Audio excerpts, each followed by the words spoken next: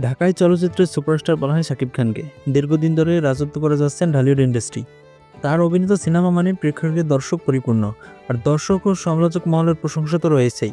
তবে সিনেমার বাইরে ব্যক্তিজীবন নিয়ে যেমন মাঝে মধ্যে আলোচনায় থাকেন তিনি, একইভাবে সম্প্রতি রাজনৈতিক ইস্যু নিয়ে সমালোচনার মুখে পড়েছেন এই অভিনেতা।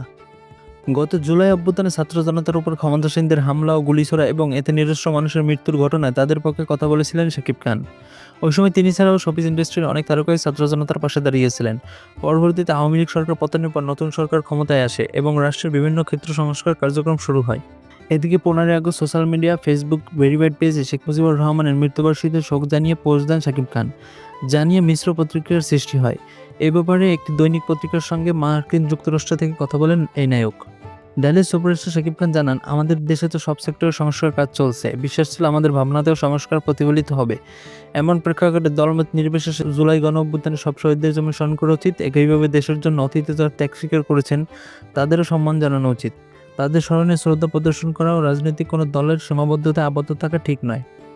শাকিব খান বলেন, দুঃখজনকভাবে অনেক সময় আমাদের জাতির শ্রেষ্ঠ সন্তানদের নাম, সম্মান ও ত্যাগ শুধু রাজনৈতিক উদ্দেশ্যে ব্যবহার করা হয়। এ থেকে বিরত থাকা উচিত। যারা এই দেশ ও মানুষের জন্য জীবনের সর্বোচ্চ দিয়েছেন তাদের প্রতি সম্মান প্রদর্শন করা সবার নৈতিক দায়িত্ব। এ সময় রাজনৈতিক দলের সঙ্গে নিজের সংশ্লিষ্ট না থাকার ব্যাপারেও কথা বলেন শাকিব খান। তিনি বলেন, আমি শাকিব খান কখনো কোনো রাজনৈতিক দলের সঙ্গে জড়িত ছিলাম না। আমার কোনো রাজনৈতিক পদ বা দায়িত্ব নেই। বিগত সময় আমাকে রাজনীতিতে জড়ানোর প্রস্তাব দেওয়া হয়েছে, শুধু সিনেমার কথা ভেবে সচেতনভাবে এড়িয়ে গেছি আমি। এমনকি কোনো রাজনৈতিক সুযোগ সুবিধাও নেইনি।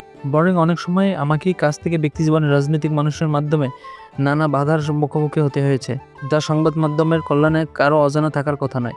এছাড়াও এ তারকা বলেন, আমার সম্প্রতি দেওয়া পোস্ট কাউকে মনোক্ষুণ্ণ করার উদ্দেশ্য ছিল না। এ নিয়ে যারা বিভিন্ন ন্যারেটিভ খুঁজছেন তা একদমই গ্রহণযোগ্য নয়।